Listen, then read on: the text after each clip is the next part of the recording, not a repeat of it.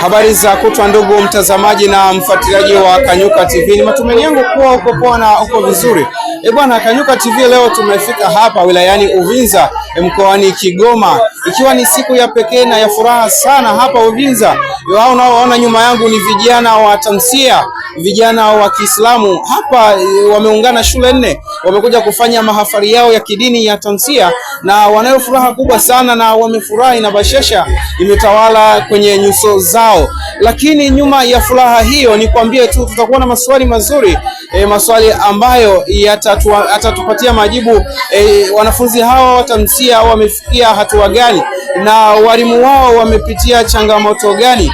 Pia wazazi wanasemaje juu ya elimu hii ya Kiislamu mashuleni, lakini pia na wanafunzi wao wenyewe wanasemaje kuhusiana na swala hili zima la elimu ya Kiislamu mashuleni kwa maana ya EDK. Ndugu mtazamaji na mfuatiliaji wa Kanyuka TV, tafadhali endelea kusubscribe, endelea kusalia nasi tunapoendelea kupata taarifa ya siku ya leo. Nikusihi usitoke kando ya TV yako, endelea kubaki nasi uweze kufahamu lililojiri siku ya leo hapa Uvinza Kigoma. Takbir!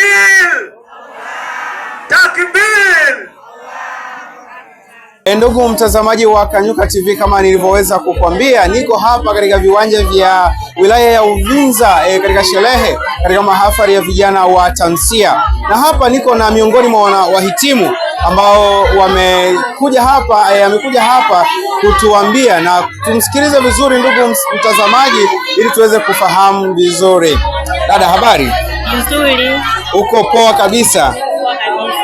Pamoja na hayo, leo ni siku kubwa kwenu sana nyie vijana wa Tamsia. Labda ungetuambia unajisikiaje kwa siku hii ya leo? Najisikia furaha sana. Mwenyezi Mungu nisaidia kufikia siku ya leo. Najiona ni mtu mwenye furaha sana. Namshukuru Mwenyezi Mungu nimefika salama salimina. Alhamdulillah. Sawa. Pamoja na hayo, maisha ya shule ni magumu kidogo, lakini ni changamoto gani uliwahi kuipitia wakati uko shuleni, lakini baada ya muda kidogo labda uliweza kutatua au uliweza kuvuka changamoto hiyo? Ni jambo gani hilo?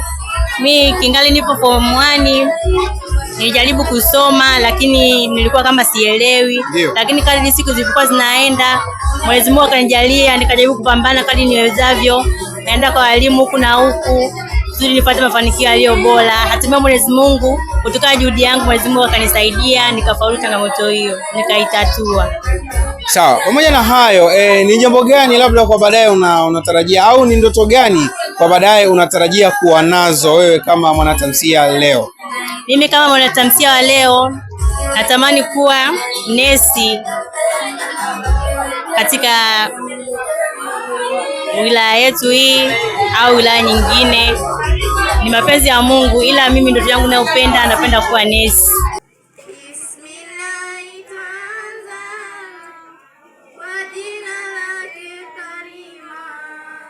Kwa majina naitwa Bihamasu Amani, ni mwenyekiti wa jumuiya ya vijana BAKWATA wilaya, pia vile ni mlezi wa Tamsia wilaya ya vijana hao wa Kiislamu.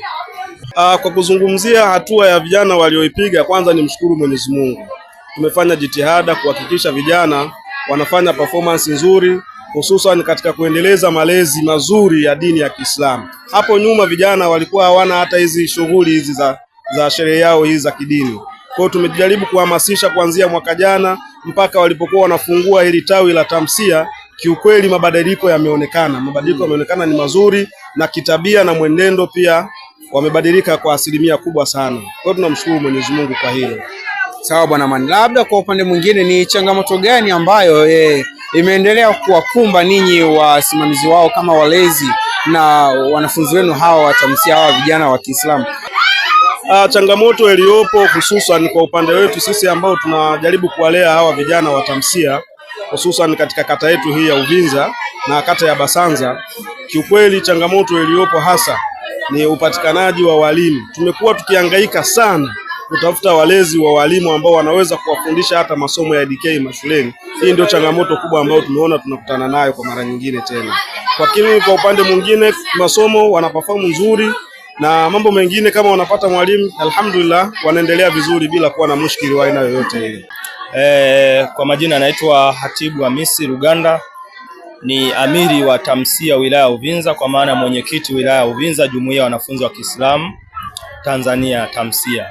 Kama ungepewa nafasi na serikali au wadau wa elimu kuomba jambo moja juu ya vijana hawa wa TAMSIA ambao wako mashuleni hasa sekondari wanasoma elimu ya EDK ya makomana ya dini ya Kiislamu, wewe ungeomba jambo gani wafanyiwe hawa vijana?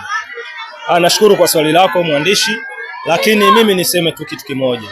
Somo la elimu ya dini ya Kiislamu limekuwa ni somo ambalo ni katika masomo ambayo ni muhimu sana watoto kuyasoma, na sio tu elimu ya dini ya Kiislamu, hata masomo pia ya Bible knowledge, kwa sababu ni masomo ambayo ukiachilia mbali ufaulu yanatengeneza pia watoto wenye maadili. Kwa hiyo kupitia huo mchakato wa ufaulu na utengenezaji wa watoto kimaadili, ndio maana serikali ya Jamhuri ya Muungano wa Tanzania masomo haya ya dini kwa maana ya EDK na Bible knowledge iingie kwenye tahasusi rasmi za kwenda kusoma form 5 na form 6.